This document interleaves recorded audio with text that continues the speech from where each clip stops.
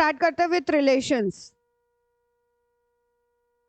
अब हमने रिलेशंस का बेसिक जो है वो 11th में देखा है। रिलेशन हम मोस्टली आर से डिफाइन करते हैं, जिसके अंदर ए बी होता है, राइट। और ये रिलेशन जो है ये A belongs to set A and B belongs to set B. Okay, small b belongs to set B, इस तरीके से लिखे जाते हैं। अब हमको देखना है टाइप्स ऑफ रिलेशन। सबसे पहला रिलेशन है एम्प्टी रिलेशन।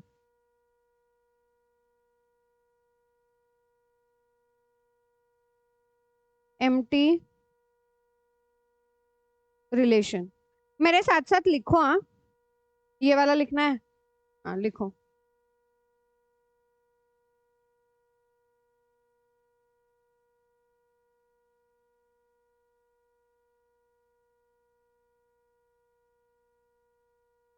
एम्प्टी रिलेशन क्या होता है?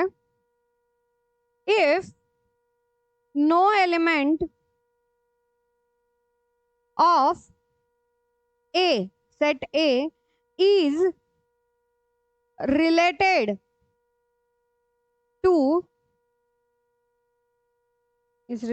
to any element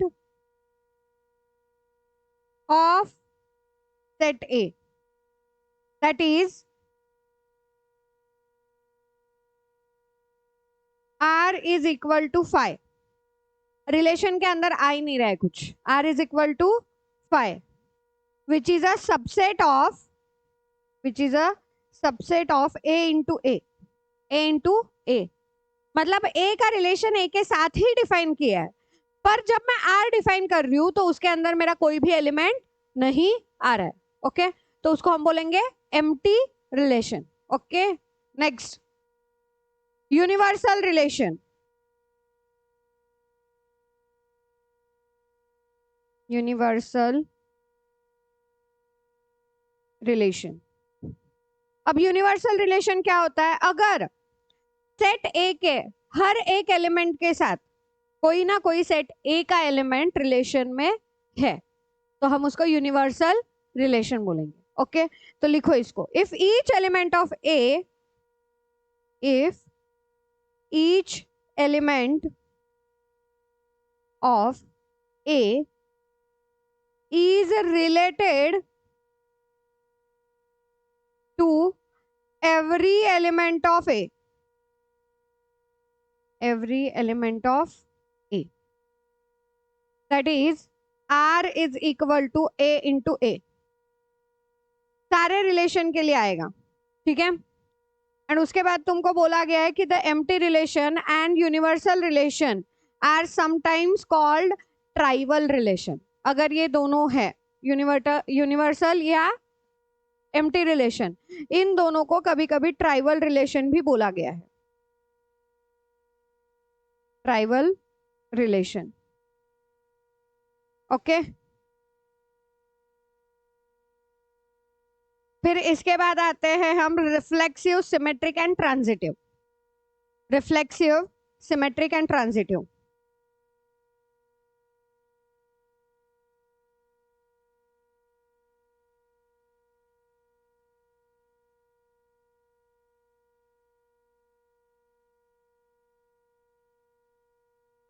रिफ्लेक्सिव क्या है? जो तुम्हारा ए आ रहा है, दोनों सेट ए से ही बिलोंग कर रहे हैं, दोनों सेट ए से ही बिलोंग कर रहे हैं। रिलेशन जो बन रहा है वो सेट ए से ही बन रहा है। Okay, for every A belongs to A. Reflection दिखा रहा है, ठीक है, मिरर इमेज दिखा रहा है, जैसा है वैसा ही दिखा रहा है, तो इसको हम रिफ्लेक्सिव बोलेंगे। देन आता है symmetric. Symmetric A1 A2 belongs to R।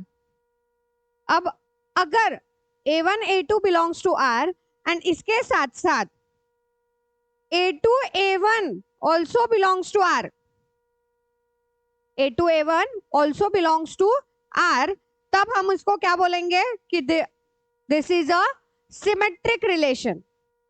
मतलब 1 to 2 1, ये दोनों मुझे रिलेशन के अंदर दिख रहा है, 1 to 2 1।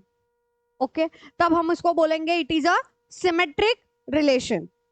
तो यहाँ पे ये A1 for every A1 A2 belongs to A, capital A, set A. Okay, ये इसकी डेफिनेशन है। डेफिनेशन अगर आए तो हमको इतना याद होना चाहिए, या कहाँ पे आएगी ये डेफिनेशन, तुमको MCQ में आ सकती है, तो हमको पता है तो हम ये लिख सकते हैं। जनरल इसमें हमको याद रहता है रिफ्लेक्सिव क्या है, सिमेट्रिक क्या है एंड ट्रांजिटिव क्या है, बट हमको ये वर्ड्स नहीं पता होते कि बिलोंग कहाँ कर रहा है। ओके, लास्ट वाला ट्रांजिटिव। ट्रांजिटिव क्या होगा, A1 A2 belongs to R, ठीक है, and A2 A3 also belongs to R। और इसके वजह से क्या हो रहा है, A1 A3 also belongs to R, तब हम इसको बोलेंगे transitive. A is equal to B, B is equal to C, therefore A is equal to C, A is equal to B, B is equal to C, therefore A is equal to C, this is transition, तो हम इसको बोलेंगे transitive relation. अब यहाँ पे क्या होगा, for every A1 A2 and A3 belongs to set A। Clear, लिख लिया, आगे चलो। इक्विवेलेंस, अगला है इक्विवेलेंस।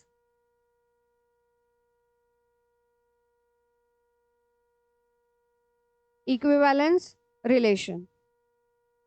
अब इक्विवेलेंस रिलेशन कब रहेगा, अगर वो रिलेशन रिफ्लेक्सिव है, सिमेट्रिक है एंड ट्रांजिटिव है, तो हम उसको बोलेंगे it is a equivalence relation. Okay, तीनों होने चाहिए, रिफ्लेक्सिव भी होना चाहिए, सिमेट्रिक भी होना चाहिए और ट्रांजिटिव भी होना चाहिए, तब जाके हम उसको बोलेंगे it is a reflexive relation. ठीक है, रिफ्लेक्सिव रिलेशन के लिए क्या होगा, रिफ्लेक्सिव नहीं, इक्विवेलेंस के लिए क्या होगा, रिफ्लेक्सिव। इक्विवेलेंस के लिए reflexive,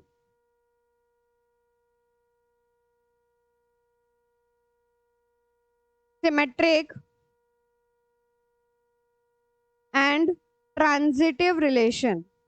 transitive relation, okay, clear है।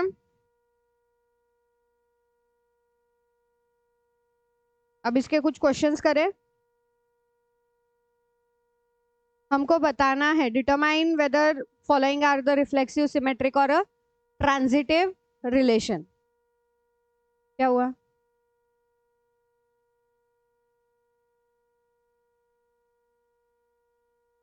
क्वेश्चन लो, example 1,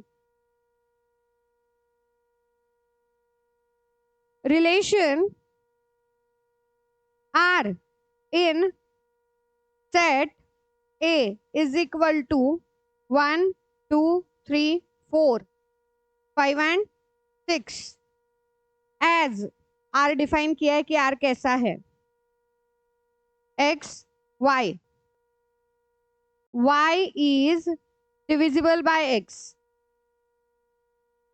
Y is divisible by X। ठीक है, ये डिफाइन किया है, रिलेशन क्या है, मुझे R डिफाइन करके बता सकते हो, R क्या क्या होगा, बताओ फिर। 2, 4, 2, 6 और 3, 6 और गुड 1, 2, 1, 3, 1, 4, 1, 5, 1, 6 और बस, पक्का। तो अब इसमें रिफ्लेक्सिव है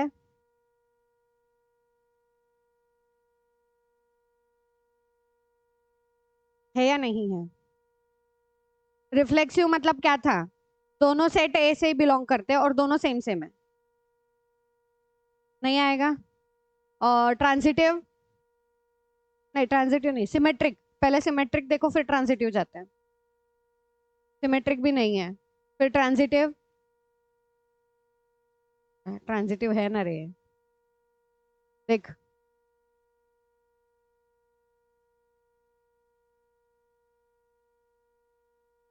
ये 1 2 2 4, therefore 1 4, ठीक है. Then 1 2 2 6 1 6, 1 3 3 6 1 6. तो इट इज ट्रांजिटिव. लिखोगे कैसे? आते नहीं है ये क्वेश्चन लिखने के लिए, तुमको बस डिफाइन करना है कि ट्रांजिटिव है, रिफ्लेक्सिव है, इक्विवेलेंस है, क्या है. Okay, clear? तो this is a transitive.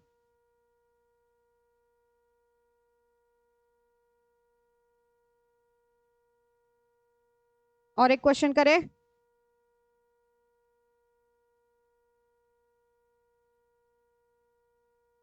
Show that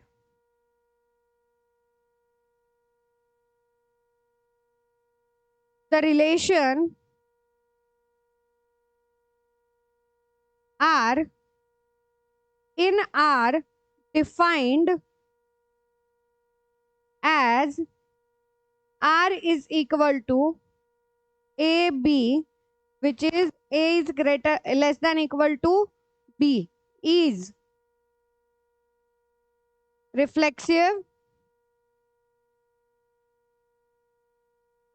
and transitive but not symmetric. Reflexive है, ट्रांजिटिव है, बट सिमेट्रिक नहीं है. कैसे करोगे? अब हमको ए बी डिफाइन करना पड़ेगा, राइट? एंड आर से है मतलब क्या? रियल नंबर से.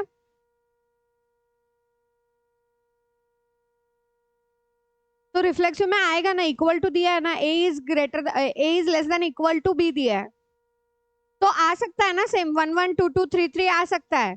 हाँ, एंड रियल नंबर्स दिया है तो मैं 0 से शुरू कर सकती हूँ, राइट? तो तुम्हारा 1 1 2 2 3 3 आएगा, तो it is a reflexive. Transitive आएगा क्या? 1 greater than equal to 2, right? Sorry, 1 is less than equal to 2, 1 2 1 3 1 4 1 5 1 6 जाएंगे, सारे के सारे जाएंगे. ओके, वैसे ही 2 3 2 4 2 5. और सिमेट्रिक में क्या आता है मेरा?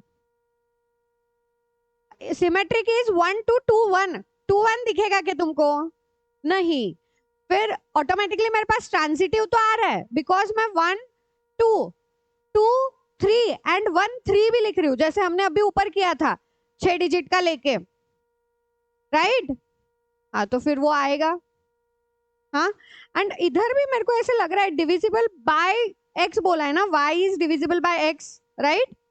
तो मेरा यहाँ पे 1 1 2 2 भी तो आएगा रे. क्यों नहीं होते डिविजिबल? x कॉमा वाई बोला है, बट दोनों x कॉमा वाई ए सेट से ही बिलोंग कर रहे हैं. डिविजिबल तो है ना. अरे कंडीशन डिविजिबल बाय x बोला है, तो y बाय x 1 भी तो आ सकता है आंसर.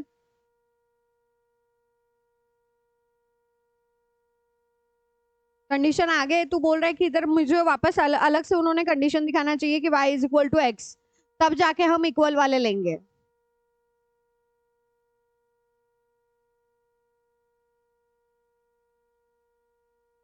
बराबर है. मेरा दिमाग उधर ये भी चल रहा था. मैं सोच रही थी कि ऐसा क्यों नहीं लिया है. अब क्लियर हो गया कि वहां पे हमको एक्चुअली चाहिए, तभी जाके हम वहां पे उस चीज को रिफ्लेक्सिव बता सकते हैं अगर इक्वल टू है. यहाँ पे इक्वल टू साइन है, तो यहाँ पे तुम वो ले सकते हो. 1 1 1 2 1 3 1 4 1 5 1 6 1 7 जो भी जाएगा, रियल नंबर सब बहुत सारे जाते हैं. 2 2, हाँ 2 1 नहीं आएगा, बिकॉज कंडीशन क्या है? a is less than b, less than equal to B, तो 2 1 3 1 ये नहीं आने वाले. तो इसीलिए it is reflexive and transitive but not symmetric. ठीक है, लिखना पड़ेगा. लिखने का देखो कैसे लिखोगे. R इज इक्वल्स टू, बोलो, 1 1 1 2 1 3 1 4 1 5.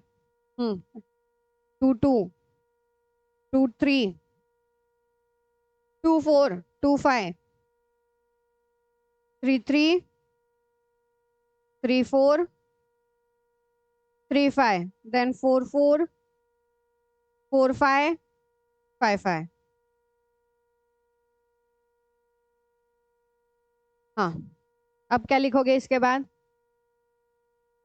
एज, वो जो डेफिनेशन लिखी थी ना हमने स्टार्टिंग में, as A is equal to A belongs to R, तो लिखो as a comma a belongs to R, therefore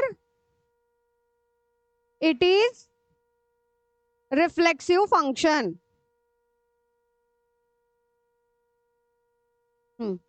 Then as a1 comma a2 belongs to R, then a2 comma a1 कहाँ से रे? अच्छा वो लिख दे क्या सिमेट्रिक पहले, नॉट अ सिमेट्रिक? हाँ तो ट्रांजिटिव में a2 कॉमा a3 होगा, a1 नहीं।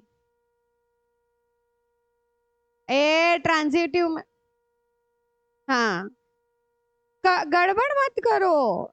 a2 a3 belongs to R and a1 a3 also belongs to R, therefore it is transitive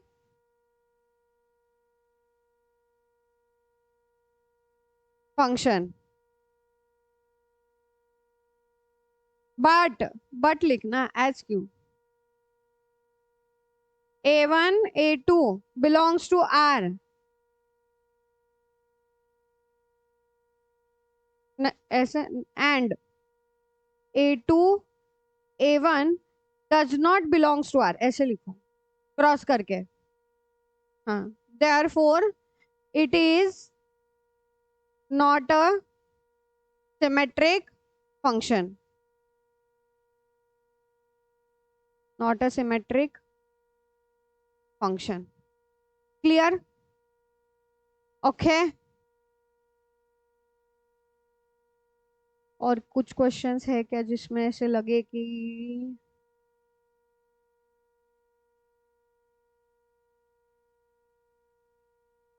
exercise में और क्वेश्चंस इसके अलावा ये आएंगे तो क्वेश्चन इसी टाइप के होंगे।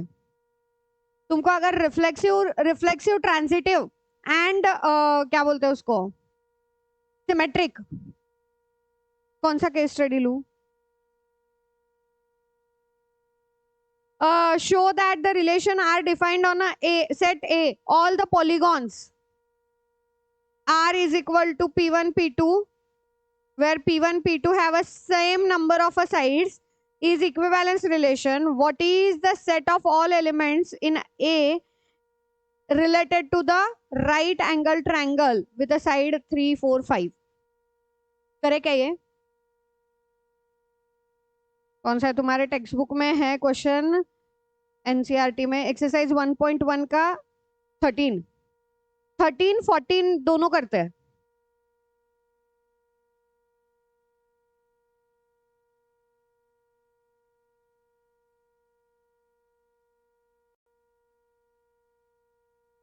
अरे यार चलो, तुम्हारा वो जो क्वेश्चन है 13 question, show that the relation R defined in the set of A of all the polygons R is equal to P1 P2, where P1 and P2 have the same number of sides, is equivalence relation. ये first question है। इसके अंदर तुमको show करना है कि जितने भी पॉलीगॉन्स है उन पॉलीगॉन्स के अकॉर्डिंग अगर मैं जाऊं तो मेरा जो फंक्शन है वो इक्विवेलेंस है। अब इक्विवेलेंस कब होता है? अगर वो रिफ्लेक्सिव है, ट्रांजिटिव है एंड सिमेट्रिक है तो वो इक्विवेलेंस रहेगा। ठीक है, एंड देन सेकेंड एलिमेंट क्या है क्वेश्चन का? What is the set of all elements in A related to the right angle triangle T with a side 3 4 and 5 elements ढूंढने हैं हमको। ठीक है, क्लियर है क्वेश्चन क्या है? हाँ, तो हमको फर्स्ट पार्ट ऑफ क्वेश्चन में क्या डिफाइन करना है कि पहला वाला तो P1 P1 रिफ्लेक्सिव दिखाना है, अब वो लिखना पड़ेगा कि किस तरीके से इसको दिखाएंगे हम कि इट इज अ रिफ्लेक्सिव. तो late P1 be an arbitrary element of A, be an arbitrary element of A. Then polygon P1 and P1 have same number of sides. Then polygon P1 and P1 have same number of sides. उसके वजह से set कैसा मेरा बनेगा, R कैसा बनेगा set, R is equal to P1 P1, right. P1 P1 बनेगा ना.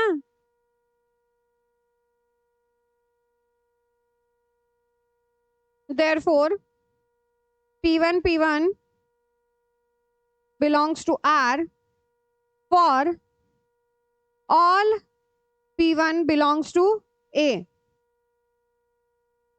For all P1 belongs to A.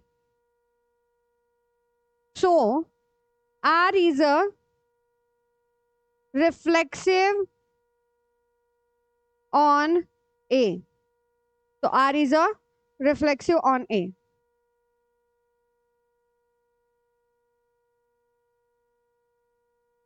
Same. P1 P2 have same number of sides, right?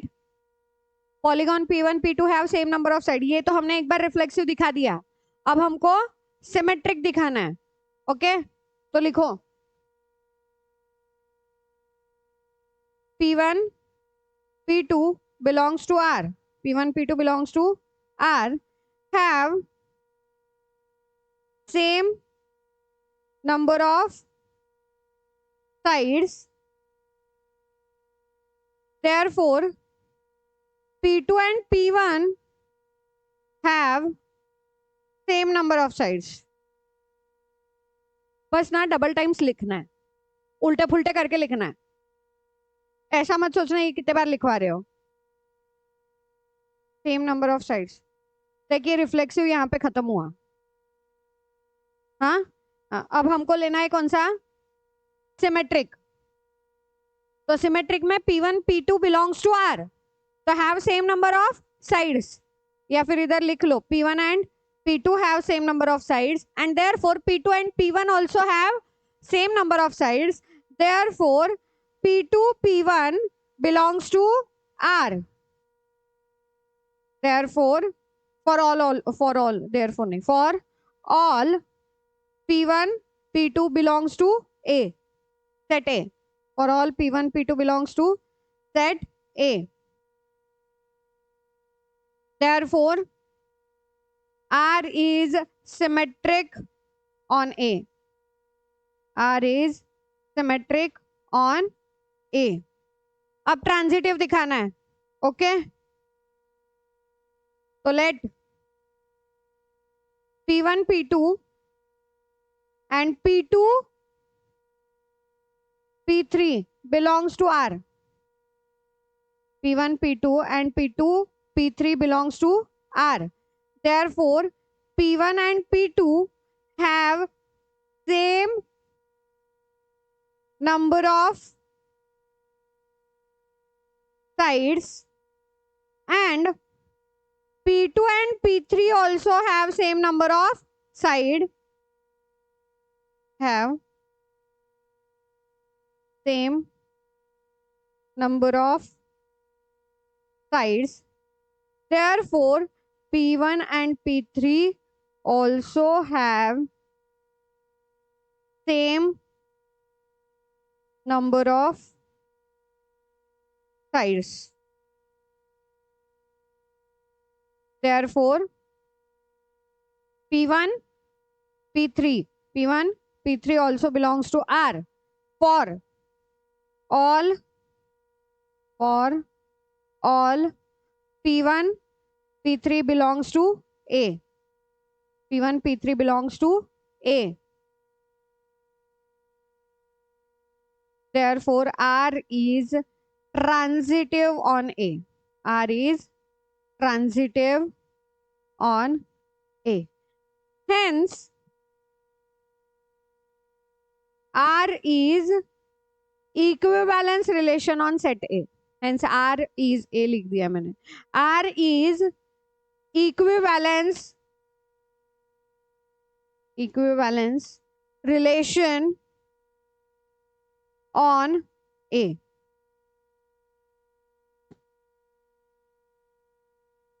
अब लास्ट वाला एलिमेंट क्या था मेरा?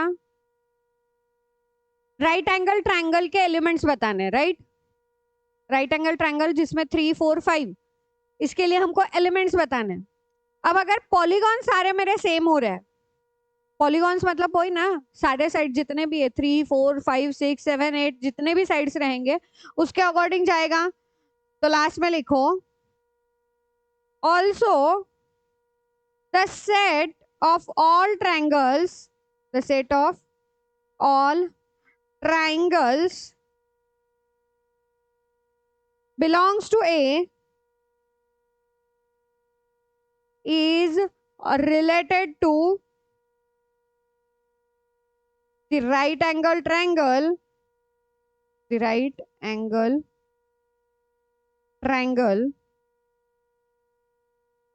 T with sides 3, 4 and 5.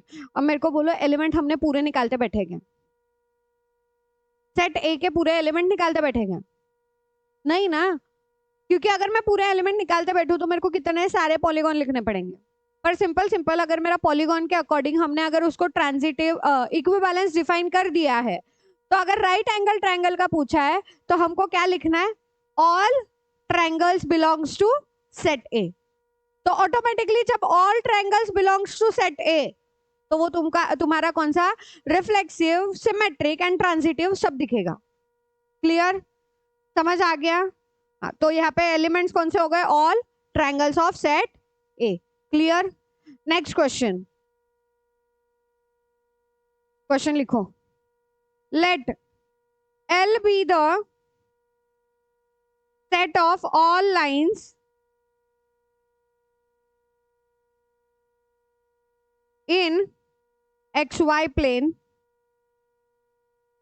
and R be the relation. Question ही लिख रही हूं मैं. क्वेश्चन नंबर 14 यही क्वेश्चन है. मैं अभी क्वेश्चन, और मैंने बोलते वक्त बोला भी है कि क्वेश्चन लिखो, सोल्यूशन नहीं लिख रही हूं मैं. Be attentive all the time. मेरा गड़बड़ कर दिया, मेरा अटेंटिवनेस हट गया. R be the relation in L. R be the relation in L defined as R is equal to L1 L2. R is equal to L1 L2 where L1 is parallel to L2. L1 is parallel to L2. Show that R is an equivalence relation. R is equivalence relation. And next है इसी में find this set of all lines,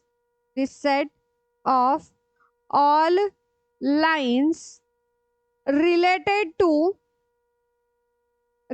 to line y is equal to 2x plus 4. लिख लिया question? हाँ, question लिख लिया है तो फिर चलो क्वेश्चन सॉल्व करते हैं. अब क्या बोला है हमको? क्वेश्चन क्या डिफाइन कर रहा है? L ऐसा सेट है, L be the set of all lines. एक XY प्लेन है, उसके अंदर जितना भी लाइंस है उन लाइंस का सेट जो है वो L है. एंड R को डिफाइन किया है ऑन L. रिलेशन डिफाइन किया ऑन L एंड हमको रिलेशन क्या बोला है, L1 is parallel to L2, दो लाइंस जो है वो पैरेलल है एंड इसको हमको दिखाना है कि this is a equivalence relation. इसको हमको क्या दिखाना है, this is a equivalence relation. ठीक है, चले फिर करें। इक्विवेलेंस है तो सबसे पहले रिफ्लेक्सिव दिखाना पड़ेगा, तो same line with that line only, same जो हमने लास्ट क्वेश्चन में किया था। क्या किया था, ये वाला, यहाँ पे बस पॉलीगॉन है, वहां पे लाइन L1 L1, ठीक है, और यहाँ पे सेम नंबर नहीं आएगा। This line is parallel to same line, because अगर मैं एक लाइन यहाँ पे दिखा रही हूँ तो ये लाइन खुद से भी पैरेलल है, ये लाइन सामने वाले से भी पैरेलल है। तो अगर ये L1 है, ये L2 है, ओके, ये L1 जो है ये खुद से पैरेलल है, फिर दूसरा L2 के साथ पैरेलल है, तो L2 is also parallel to L1, okay. हाँ, एंड देन फिर अगर ये लाइन, एक और तीसरी लाइन अगर मैं यहाँ पे ड्रॉ करूं, तो if L1 is parallel to L2, L2 is parallel to L3, तो automatically L1 is parallel to L3, L1 is parallel to L3, तो वो ट्रांजिटिव भी बन जाएगा। तो therefore it is a equivalence. Direct कैसे करेंगे, अगर मेरे को ये क्वेश्चन सुनो, अगर ये क्वेश्चन मुझे कहाँ पे पूछे इक्विवेलेंस है या नहीं, MCQ में आए, राइट, या असर्शन वगैरह वाला जो क्वेश्चन आता है तुम्हारा उसमें आए, तो मैं यहाँ पे डायरेक्टली आंसर कर सकती हूँ, मुझे सोचना नहीं पड़ेगा। पर अगर कौन से इसमें, हाँ, वो एक मिनट, पर मेरे को वो दिखाना ही नहीं है ना, मुझे दिखाना नहीं है वो। अगर मैं उतना बड़ा, मैं बोल, अगर ऐसे कितने कितने कितने मैं वैल्यूज लेके दिखाऊं, एक्स वाई के कितने वैल्यू लेके दिखाऊं, क्योंकि वो कंफ्यूजन में जाएगा। वो समझने के लिए आसान है कि मैं x की वैल्यू पुट करूं, y की वैल्यू निकालूं, अगेन x की वैल्यू पुट करूं, अगेन y की वैल्यू निकालूं, तो ये जो है वो पैरेलल आता है, क्लियर हो जाएगा। इवन तुम अगर यहां से भी जाओ ना, स्लोप ऑफ लाइन का फॉर्मूला क्या है, भूल गए not x minus Y. Slope of line के लिए फॉर्मूला होता है ये ax plus B Y plus C is equal to 0, ये लाइन का इक्वेशन है। हाँ, याद आया। तो स्लोप ऑफ लाइन क्या होगा, x का कोएफिशिएंट अपॉन y का कोएफिशिएंट, x का कोएफिशिएंट अपॉन y का कोएफिशिएंट, वहां से हम स्लोप ऑफ लाइन निकालते हैं। तो स्लोप ऑफ लाइन मेरा ऑटोमेटिकली x का कोएफिशिएंट अपॉन y का कोएफिशिएंट, इसको हटा ही दो, जरूरी है ही नहीं है। अगर इसको हटा दूं तो मेरा स्लोप जो है इसके लिए, ये स्लोप विल बिकम 2, ऑलवेज 2। तो अगर स्लोप हमेशा सेम है तो वहां से तो मुझे वो भी पता है ना कि इफ दो लाइंस के स्लोप सेम है तो वो पैरेलल है। तो मैं इस तरीके से भी जा सकती हूँ। देखो, तुम्हारे जाने के तरीके बहुत अलग अलग हो सकते हैं, अल्टीमेट तुम्हारा एम क्या है, हमको अगर इक्विवेलेंस दिखाना है तो मुझे वो दिखाना पड़ेगा। It is a reflexive, it is a transitive and it is a symmetric, ये तीनों दिखाने पड़ेंगे। एंड क्या दो ही लाइन बोली है,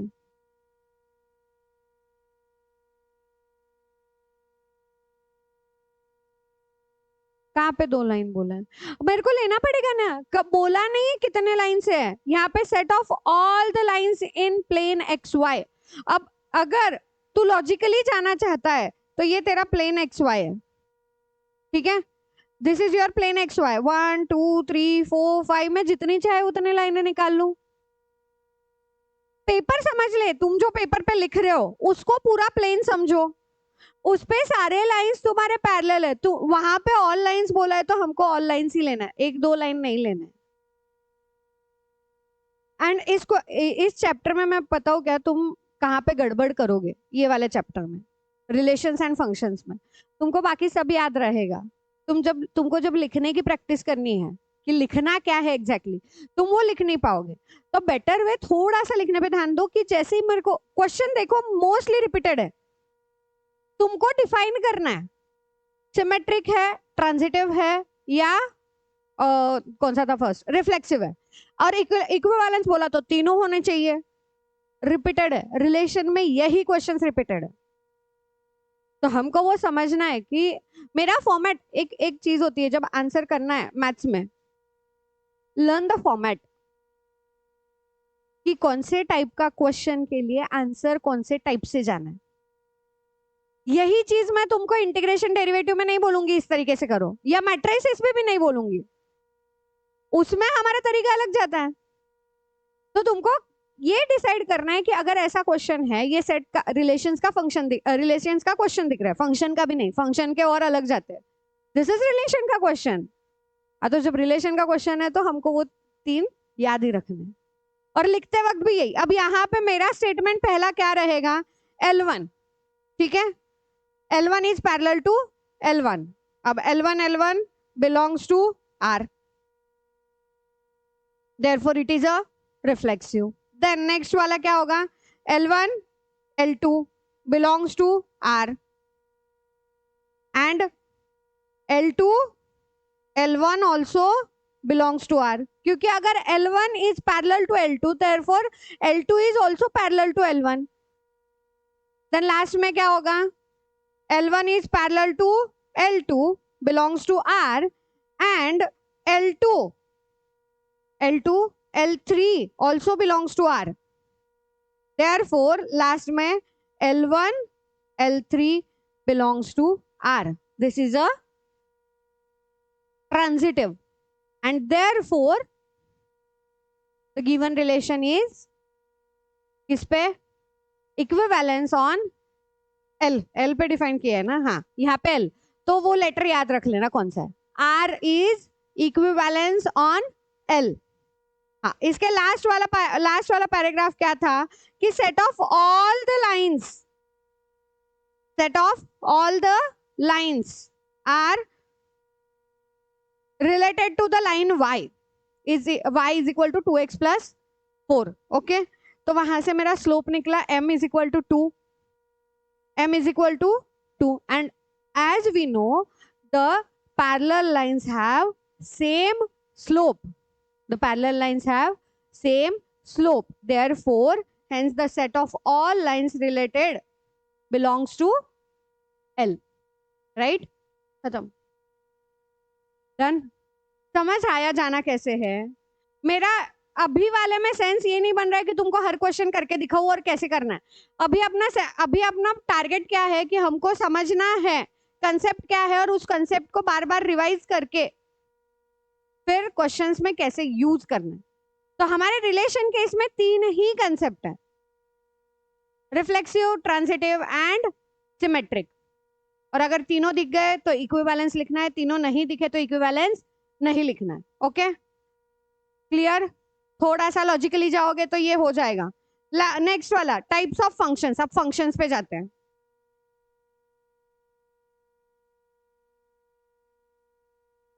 फंक्शंस क्या है, मैंने ना तुमको वो सेट रिलेशन फंक्शंस 11th में समझाते हुए एक एग्जांपल दिया था। पहले सेट बनता है, फिर रिलेशन क्रिएट होता है, एंड देन रिलेशन, दो सेट को मिला के रिलेशन क्रिएट होने के बाद फिर फंक्शन बनता है। याद आया? अरे वो एग्जांपल था, सेट ए लड़की वाले, सेट बी लड़के वाले, दोनों आए मिले, फिर लड़का और लड़की को अच्छा लगा, फिर रिलेशन हुआ, फिर रिलेशन को पक्का करने के लिए फंक्शन हुआ। याद आया? बताया था मैंने, याद नहीं आया तो याद करो, नहीं करो भी मत, इट्स ओके अभी। हाँ, ये क्या बोलते हैं, समझने के लिए है कि सबसे पहले सेट्स आएगा, उस सेट्स के दो सेट्स को मिला के हम रिलेशन में ये करेंगे, एंड देन रिलेशन से ही हमारे फंक्शंस बाहर निकलेंगे। बट फंक्शन कब आएगा, एक प्रॉपर हमको इक्वेशन या फिर एक प्रॉपर प्रॉपर्टी अगर दी है कि सेट ए का कौन सा एलिमेंट एंड सेट बी का कौन सा एलिमेंट, तब हम उसको फंक्शंस बोलते हैं। ठीक है, फंक्शन की डेफिनेशन क्या है, और ये फंक्शन जब भी होता है it is depend on x to y या y टू x, ये हमको देखना पड़ेगा। ठीक है, a function f function x to y is defined with a distinct element of x and y. ये डिफाइन किया जाता है x to y. अब ये नहीं लिखा तो भी चलेगा. इसके लिए अभी जो है तुम्हारा types of function is important. Okay, types of function में सबसे पहला है 1-1 फंक्शन. 1-1 फंक्शन. अब 1-1 फंक्शन क्या है? x के जो एलिमेंट होते हैं, ठीक है, दिस इज x,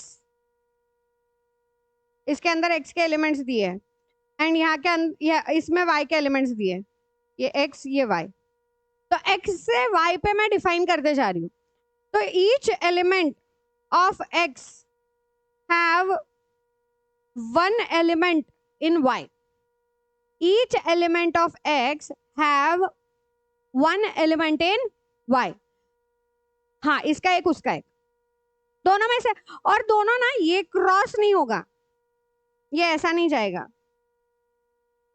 हर एक के लिए डिफरेंट डिफरेंट ही होगा. तभी हम उसको क्या बोलेंगे? It is a 1-1 function. Okay, 1-1 के लिए याद रखो. अब बट इसके लिए लिखते वक्त हमको इन्होंने यूज किया है word image and pre image. Image and pre image. तो इमेज वर्ड यूज होता है एक्स सेट के लिए, जो एक्स की वैल्यू है उसके लिए. मतलब फर्स्ट सेट से फर्स्ट एलिमेंट जो है उसको हम बोलेंगे pre image. Sorry, pre image. X set के लिए जो रहेगा वो pre image, and Y set से जो एलिमेंट आएंगे इसको हम बोलेंगे इमेज. तो for every pre image there is a distinct image in y. For every pre-image in x have distinct image in y is 1-1 function. Okay, clear? लिखो, क्या लिखोगे?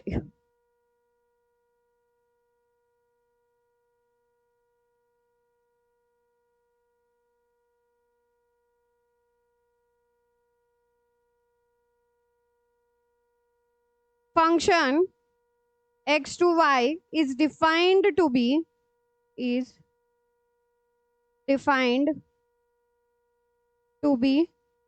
1-1.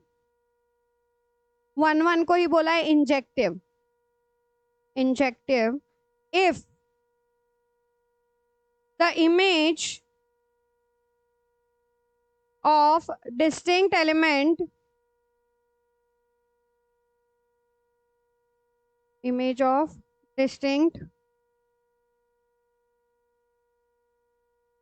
elements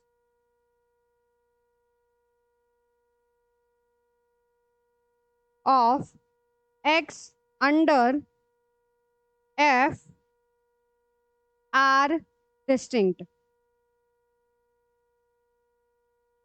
1-1 मतलब ही इंजेक्टिव. 1-2 नहीं, मेनी वन के लिए सर्जेक्टिव, मेनी वन भी नहीं, on to के लिए सर्जेक्टिव. वर्ड्स यूज करो, 1-1, ऑन टू. हाँ, many one is onto. अगर 1-1 रहेगा तो वो इंजेक्टिव. ऑन टू क्या है? ऑन टू में क्या होता है? If every element of a y is a pre image of some element of x, मतलब y के सारे एलिमेंट्स यूज हो जाने चाहिए. मेनी वन 1-1 होता है. अरे आगे लिखा है otherwise f is called many one. मैं भी टेक्स्ट बुक लेके बैठी हूँ रे. हाँ, मुझे भी पता है टेक्स्ट बुक में क्या लिखा है, थोड़ा सा ध्यान दो. मिसकंसेप्शन में मत जाओ. इसके आगे ये डिस्टिंक्ट, इसके आगे क्या लिखा है उन्होंने टेक्स्ट बुक में? Otherwise it is called one many. Otherwise the function is called one many या मेनी वन. हाँ, मेनी वन. हाँ, मेनी वन लिखा है. ठीक है. अब ऑन टू क्या है देखो, ऑन टू या फिर सर्जेक्टिव. ऑन टू या फिर सर्जेक्टिव क्या है? अगर y के अंदर मेरे 4 एलिमेंट है तो चारों के चारों एलिमेंट का एटलीस्ट 1 प्री इमेज होना चाहिए. चारों एलिमेंट मेरे यूज होने चाहिए. तुमको वो याद है, इसमें क्या बोलते हैं, डोमेन, को डोमेन, रेंज. सेट्स में मैंने सिखाया था, ये सेट ए है, सेट बी है, राइट। फिर वहां से हम रिलेशन जब बना रहे तो ए बी लिखते हैं, ओके। और उसके अंदर अगर बी के अंदर एक्स्ट्रा एलिमेंट बच गए तो वो को डोमेन होते हैं, पर बी के अंदर जो रिलेशन वाले एलिमेंट्स आ गए हैं वो रेंज बनता है, राइट। बी के अंदर सपोज 6 एलिमेंट्स है, पर रिलेशन के जब हमने ए बी डिसाइड किया तो उसमें 4 ही एलिमेंट आए, तो ये 4 एलिमेंट जो होंगे वो रेंज बनेगा, एंड ये जो है ये को डोमेन होगा। तो ऑन टू फंक्शन में याद रखो तुम्हारा को डोमेन एंड रेंज सेम होना चाहिए, को डोमेन एंड रेंज सेम होना चाहिए।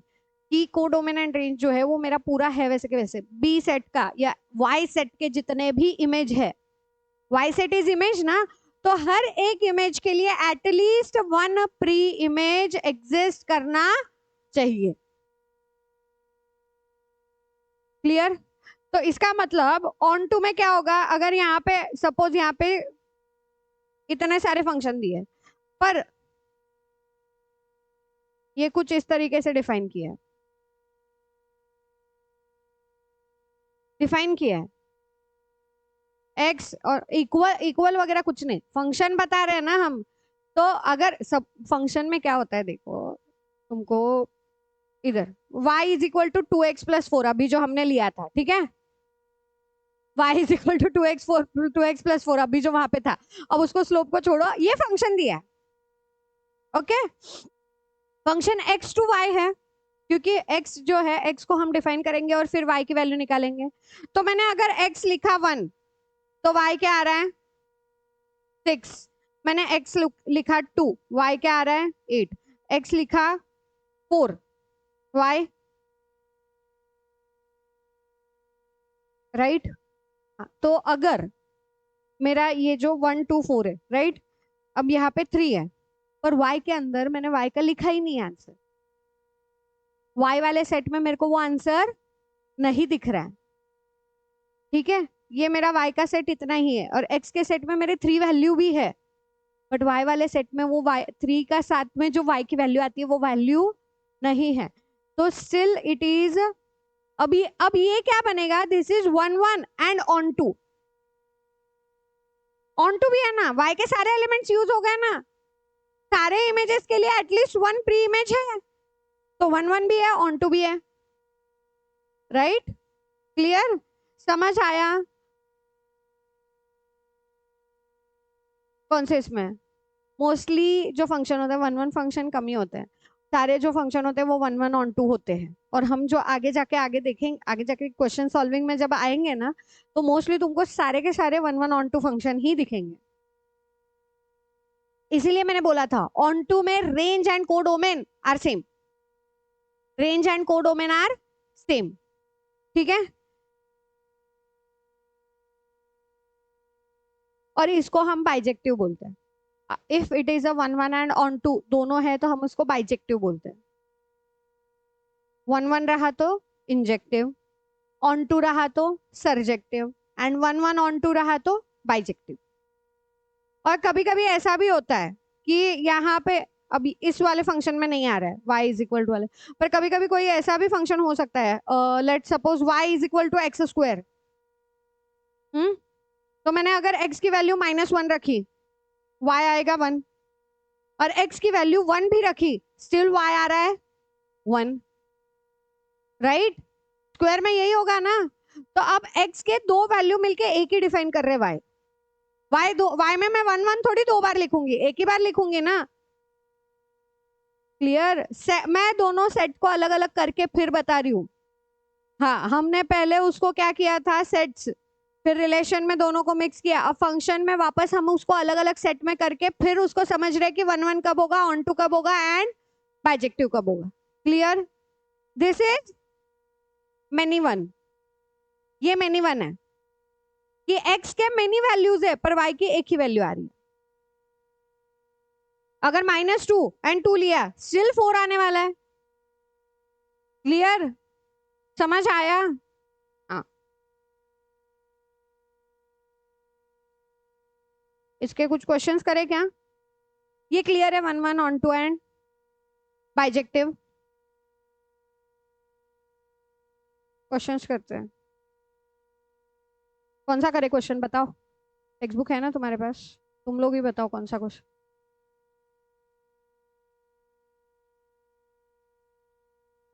Hello, example 9।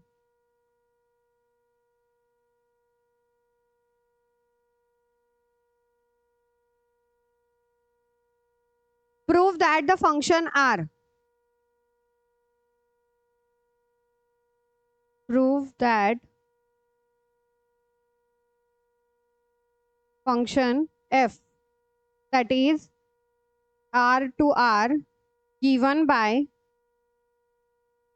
f of x is equal to 2x is 1 1 and on 2. 1 1 and on 2. Okay हाँ, 1 1 कब रहेगा? अगर मैं x की वैल्यू कुछ एक रखूं तो मेरे को डिफरेंट वैल्यू आनी चाहिए। x के हर एक वैल्यू के साथ y की डिफरेंट वैल्यू आनी चाहिए। f of x is equal to y होता है। ओके हाँ, तो अगर मैं x की कुछ भी वैल्यू रखूं, y मेरा 2 टाइम्स ही आने वाला है, तो हर बार डिफरेंट वैल्यू ही आएगी, राइट? हाँ, पर ऑन टू के लिए क्या है? ऑन टू के लिए क्या है? मेरा y वाला एलिमेंट सारे के सारे यूज होने चाहिए। अरे थोड़ा थोड़ा थोड़ा फास्ट फॉरवर्ड में जा, नहीं रिकैप में जा। हमने ना जब डिफरेंशिएशन पढ़ा था तो y is equal to f of x लेके शुरुआत की थी। हाँ, तो जब भी एफ ऑफ एक्स दिया है इट इज y, तो y is equal to 2x। Clear? हाँ, तो x इज इक्वल टू क्या होगा? y by 2। ये भी क्लियर? हाँ, हमको दोनों साइड से देखना है ना, दोनों साइड से देखोगे तो अगर मैं x की वैल्यू 1 रखूं तो y 2 आएगा, मतलब 1 2। फिर x की वैल्यू 2 रखूं y 4 आएगा, ऐसे ही जाने वाला है। हाँ, एंड इधर अगर मैं y की वैल्यू 1 रखूं तो y x 1 बाई 2। फिर y की वैल्यू 2 रखूं तो 1, तो वो सेम ही दिख रहा है, तो इट इज क्या? Onto. ऑन टू है, 1 1 है, डिफरेंट वैल्यू आ रहे हैं, image and pre image are different, तो 1 1 भी है, ऑन टू भी है। क्लियर? समझ आया वो एग्जाम्पल 9 क्या है? हाँ, वहां पे उन्होंने ये डिजिट लेके नहीं बताया, x1 x2 से बताया। ओके उन्होंने क्या किया है? F of x1 is equal to f of x2।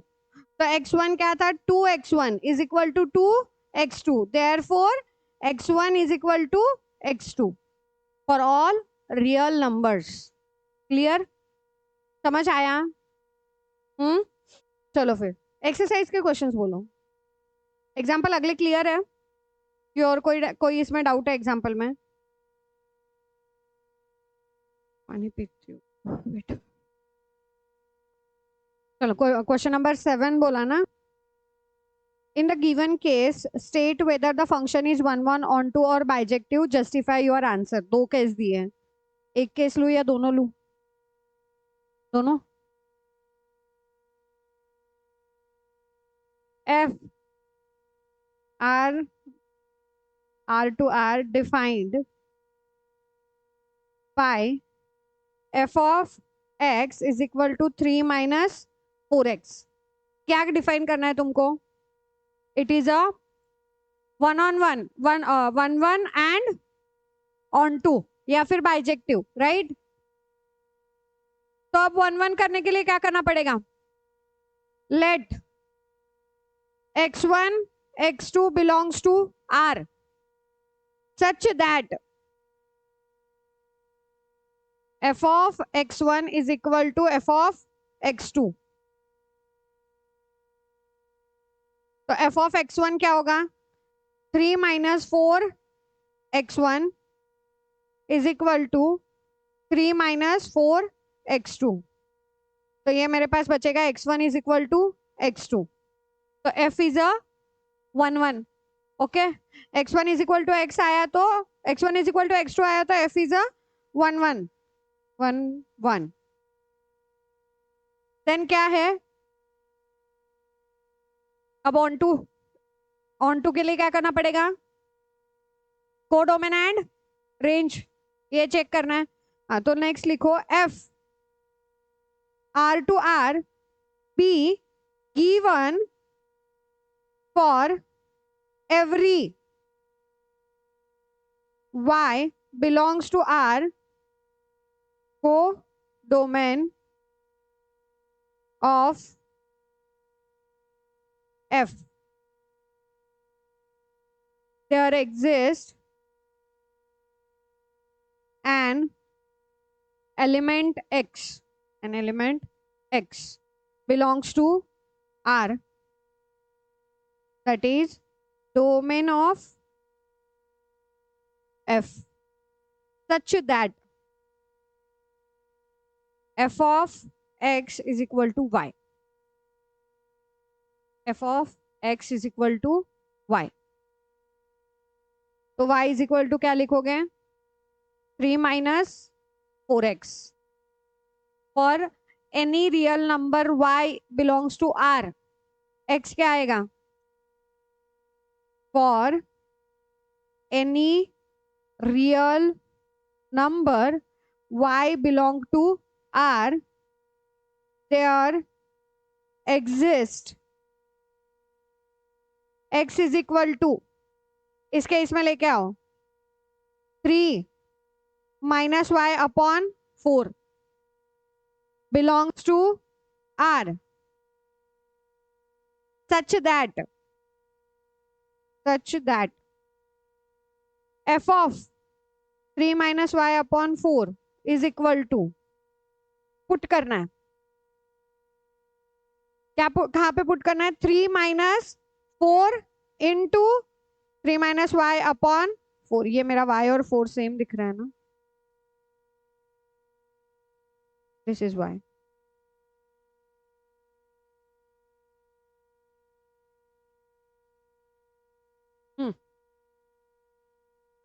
क्या आएगा, ये 4 4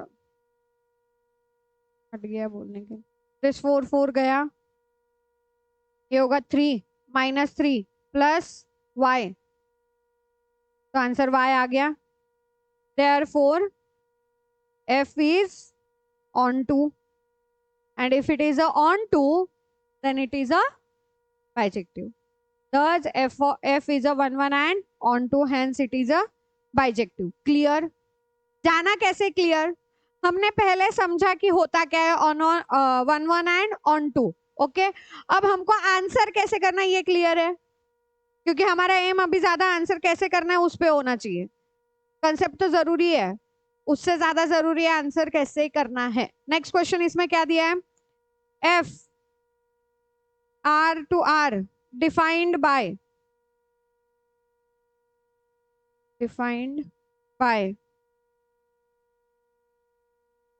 f of x is equal to 1 plus x square, क्या करेंगे,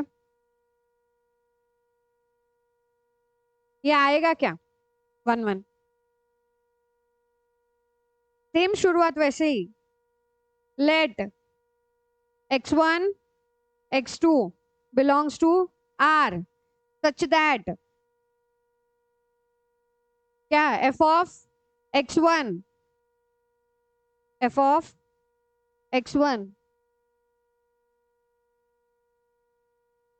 is equal to f of x2, put करो फिर,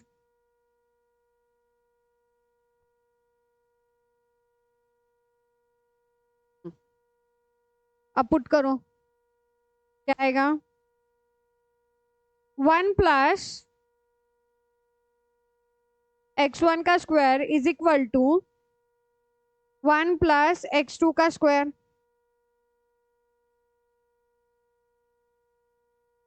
तो 1 1 तो हट गया, तो x1 square is equal to x2 square. 1 1 नहीं है। अगर मैं इनका स्क्वायर रूट करूंगी, मुझे तो x1 is equal to x2 लेके आना है ना। तो स्क्वायर रूट में बोथ साइड करूंगी तो मेरा स्क्वायर रूट में तो प्लस माइनस आ सकता है। क्यों? स्क्वायर रूट में प्लस माइनस आ सकता है ना। अभी तो दिखाया था -1 का स्क्वायर भी 1 है एंड 1 का स्क्वायर भी 1 है। तो मैं 1 को स्क्वायर रूट में डालूंगी तो क्या आएगा? प्लस माइनस दोनों आएगा। हाँ, तो इसीलिए x1 is equal to plus minus x2। और तुमको इसमें और कंफ्यूजन हो जाए तो और मैं ये भी डाल देना, x2 is equal to plus minus x1। Onto के लिए नहीं रे, मेथड से जाओ। अपन ने पहले वाले क्वेश्चन में कैसे किया था? घाई क्यों कर रहा है? आराम से जाना, एक एक स्टेप। पहले दिस इज नॉट 1 1 फंक्शन, ठीक है। हाँ, तो लिखो therefore f of x1 is equal to f of x2 does not imply that x1 is equal to x2. Therefore, f is not 1 1. f is not 1 1. Clear है?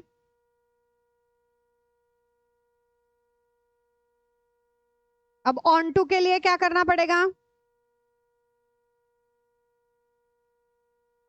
On to के लिए क्या था पहले वाले इसमें स्टेप में?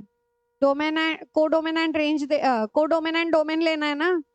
हाँ, तो कंसीडर द एलिमेंट, कुछ तो एक एलिमेंट कंसीडर करो।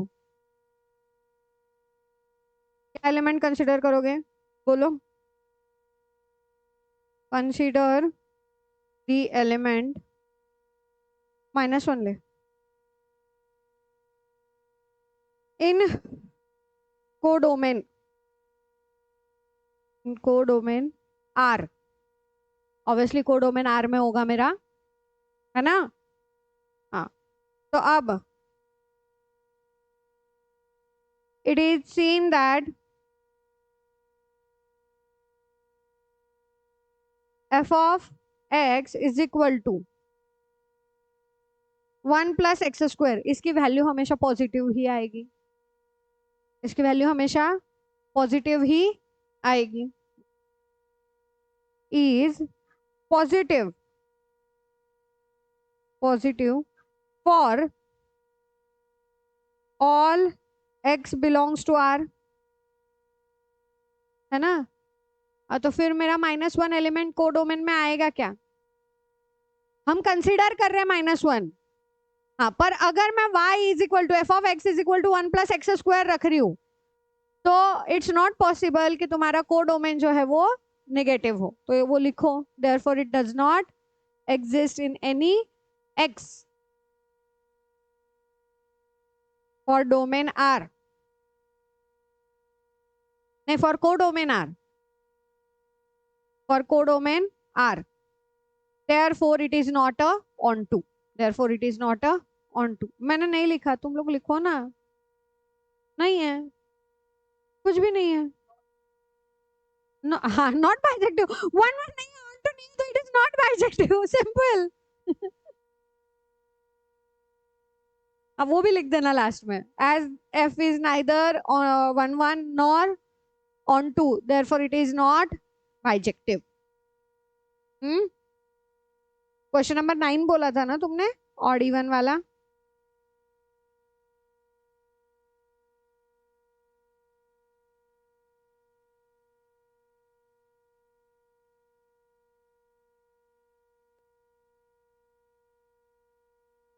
उसको नहीं समझेगा, वो लिखना जरूरी है। बार बार तुम अगर ऐसे करोगे ना कि बाकी क्वेश्चन तुम्हारे सच्ची में हो जाएंगे सॉल्व। तुम अगर डिफाइनाइट इंटीग्रेशन या इंटीग्रेशन जो भी है उसके तुम स्टेप वाइज कर लोगे, क्योंकि तुमने प्रैक्टिस उसकी स्टेप वाइज की है। पर तुमने इस वाले चैप्टर की प्रैक्टिस तुमने ओरली की है।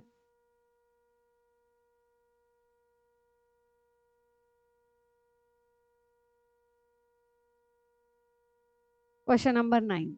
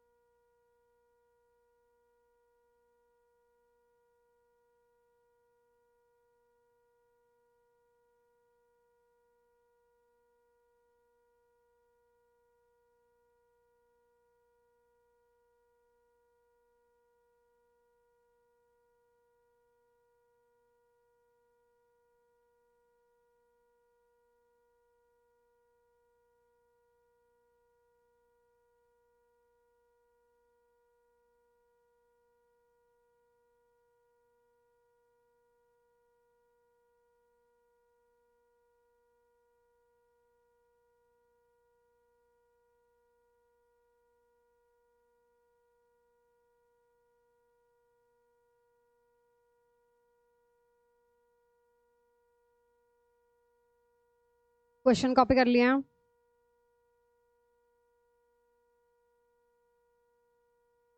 अब हमको इसमें क्या स्टेट करना है कि it is a bijective function and justify your answer. हमको फंक्शन बाइजेक्टिव है ये जस्टिफाई करना है। अब इस क्वेश्चन में देखो, अब यहाँ पे इन्होंने n जो है वो तुमको बताया है कि n belongs to capital N, that is natural numbers. तो नेचुरल नंबर्स कहाँ से शुरू होते हैं? एंड ऑड इवन ये बताया है, नेचुरल नंबर शुरू होंगे 1 से, ऑड इवन बताया है। तो हम 1 लेंगे, 2 लेंगे, आंसर्स निकालते जाएंगे। ठीक है। अब हम इतनी देर तक हमने x1 x2 से किया, यहाँ पे अगर मैं x1 x2 से करूंगी तो मुझे प्रॉपर आंसर नहीं मिलेगा। क्यों लेना है? मुझे क्या डिफाइन करना है? x1 is equal to x2 आता है क्या? राइट। हाँ, तो एक मेरा रहेगा 1, एक रहेगा 2, तो f ऑफ 1 निकालना है, f ऑफ 2 निकालना है। अगर वो दोनों सेम आए, f of 1 is equal to f of 2 आया, तो वो रहेगा मेरा 1 1 फंक्शन। नहीं आएगा तो इट इज नॉट अ 1 1। ठीक है। हाँ, फिर दूसरा क्या था कंडीशन मेरा ऑन टू के लिए? इवन। इवन क्या even? If x belongs to n। उल्टा करना है रे। उल्टा करना है मतलब क्या? अगर this is y is equal to n by 2 है, ओके, तो n इज इक्वल टू क्या होगा? 2y। तो मैंने n के जगह कुछ भी रखा, तो मेरे को आंसर मिलना चाहिए 2y आना चाहिए। वो आएगा क्या? आएगा ना। कुछ भी रखोगे y का मेरा आंसर वापस वही आने वाला है। मैं पुट करने के बाद क्या बोलते हैं सेम, ये देखो क्या था हमारा function f of n, okay, f of n is equal to n by 2। मैं पहले डिफाइन कर रही हूँ, फिर मैं डिफाइन करके दिखा रही हूँ, फिर हम आंसर निकालेंगे।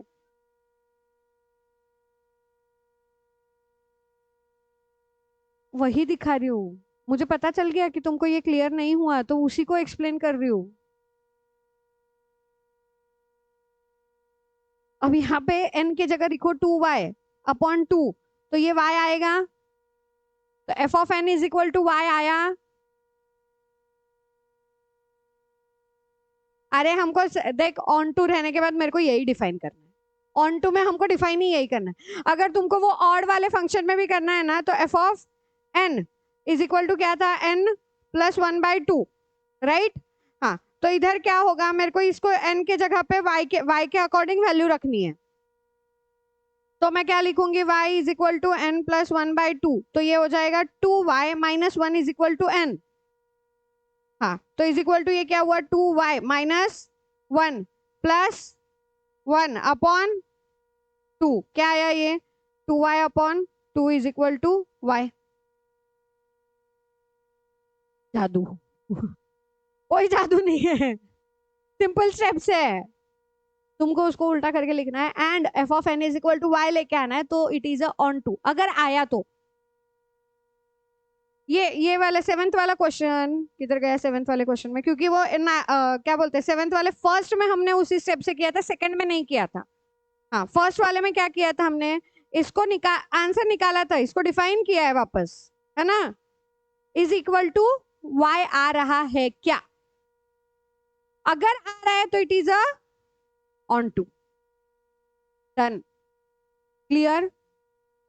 और इसी से हम बोलेंगे कि कोडोमेन जो है वो आर आता है। ठीक है। अगर ये आ रहा है तभी कोडोमेन मेरा आर आ रहा है। तो इसको लिखना कैसे इस क्वेश्चन को? क्लियर है ये दोनों तो तुम ऐसे डिफाइन कर सकते हो। ऑन टू के लिए ये वाला डिफाइन जा सकता है, ओके। ऑन टू के लिए इस तरीके से डिफाइन किया तो चलेगा। Therefore it is a onto. And कोई नेसेसरी नहीं है कि पहले तुमको 1 1 ही डिफाइन करना है और फिर ऑन टू डिफाइन करना है। तुमको ऑन टू याद आ गया, पहले ऑन टू डिफाइन कर दो, it is a onto. अब 1 1 के लिए हमको क्या चाहिए? x1 is equal to x2 आना चाहिए, राइट। हाँ, तो इधर लिख दो therefore it is onto. Therefore it is onto. अब लिखो 1 1 के लिए, अब 1 1 के लिए लिखो f of 1 नहीं 1 and 2 belongs to n, 1 2 belongs to n, 1 2 belongs to n such that let 1 2 belongs to n such that f of 1 is equal to f of 2, f of 1 is equal to f of 2. अब f of 1 define करो, f of 1 क्या आएगा, 1 is odd, तो मेरा function आने वाला है 1 + 1 upon 2 is equal to 1, 2/2 is 1, हाँ, देन f of 2 क्या आ रहा है ये,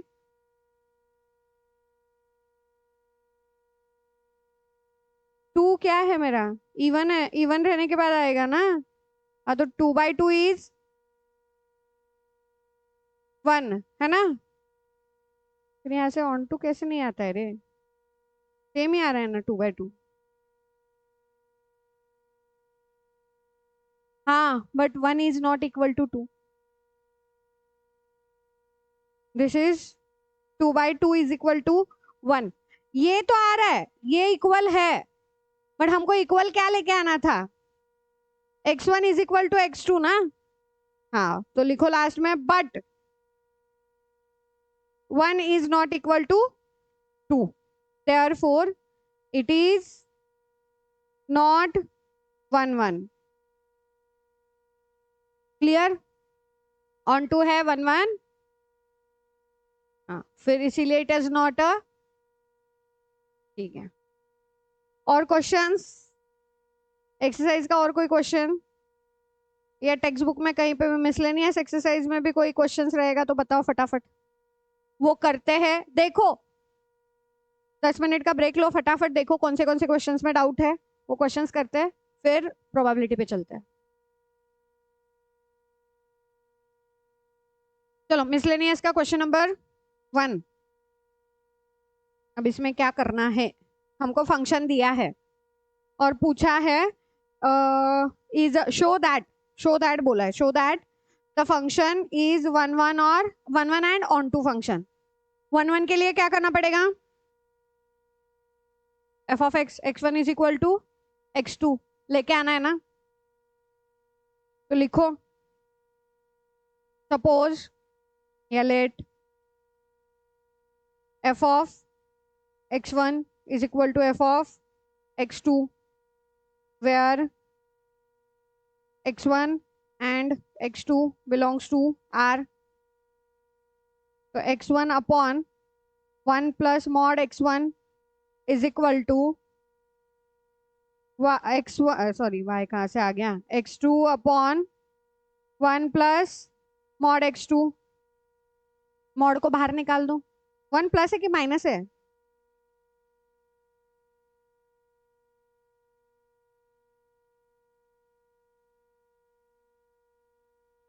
माइनस लो ना उसको,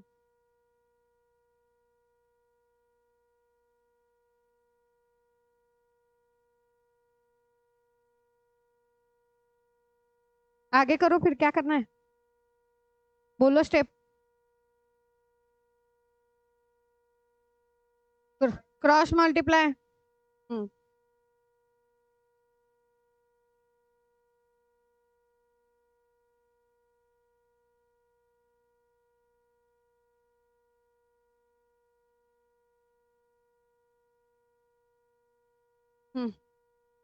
so this is a so therefore it is a 1 1, onto के लिए क्या करना है अभी,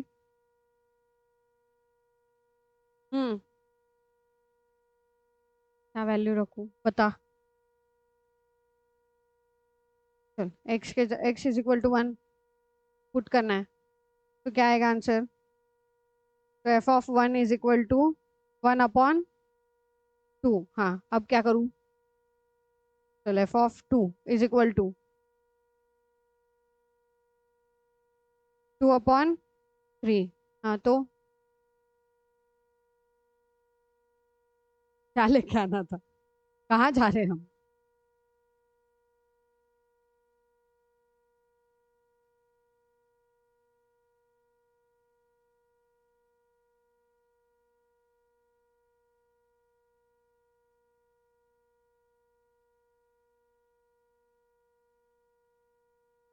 हमको ये डिफाइन ही नहीं करना था। ये आज मेरे को परेशान करके छोड़ने वाला है। चलो आगे। Let y belongs to r and ये जो y है ये 1 से लेके -1 सेम x के जैसे, ठीक है। If x is negative then x is equal to हमको डिफाइन करना है, ठीक है। If x is negative then there exist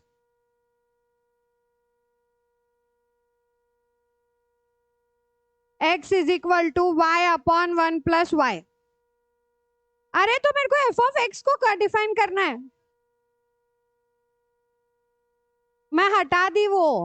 अरे वो डिफिकल्ट जाती है स्टेप, ये स्टेप सही जा रही है ना, बिकॉज हाँ वो डिफिकल्ट जा रही है स्टेप, ये सही जा रही है ना स्टेप। मैं पहले f(1) फिर f(2) f(3) ऐसे करते करते जाऊंगी, उससे अच्छा तो मैं ये करूं। हाँ अब ये क्या हुआ, f of is equal to f of y/1 + y, right. तो अब पुट करो f ऑफ x में, x के जगह वैल्यू पुट कर y/1 + y। हाँ तो y/1 + y divided by 1 plus mod के अंदर y/1 + y। क्या कट, कैसे कट? क्रॉस मल्टीप्लाई करना, y/1 + y ये न्यूमरेटर हुआ, divided by 1 + y + y upon 1 + y। तो ये 1 + y 1 + y कट हो गया। एक मिनट, मॉड के अंदर है ना, इसको माइनस में लो, यहाँ पे माइनस डालो। मॉड में है ना रे, मॉड के बाहर ले रही हूँ तो माइनस में लेती हूँ ना, तो मेरा आंसर जल्दी आएगा। लॉजिक कुछ भी नहीं ले रही हूँ मैं। हाँ मुझे समझ रहा है मैं क्या ले रही हूँ। तू तू ध्यान दे, तू ध्यान दे, सिंपल है ये देख। अगर मैं x को डिफाइन करूँ y के लैंग्वेज में एंड f ऑफ x में x के जगह पे मैं y वाला आंसर लिखूं जो मेरा आया है, तो इसमें अब यहाँ पे जो है ये मॉड है, तो मॉड के बाहर निकलेगा, तो मैं अगर यहाँ पे माइनस लूंगी तो मेरे लिए ज्यादा बेटर रहेगा ना। हाँ तो ये गया। हाँ ये गया, तो मेरे पास क्या बचा, y जो मुझे लेके आना है। मॉड के बाहर निकालते वक्त माइनस लो। हाँ तो ऑन टू आ गया। और ये शो दैट ही बोला है ना, शो दैट बोला है तो मेरे को शो करना पड़ेगा ना। हाँ therefore it is a on to.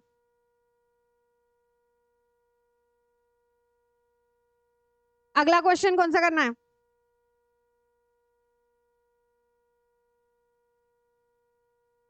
पक्का? बस हो गए? मेरे हिसाब से तो इनफ क्वेश्चन है, पर फिर भी तुम्हारे अगर कोई डाउट है तो फटाफट बोलो। बस चलो, बाय बाय।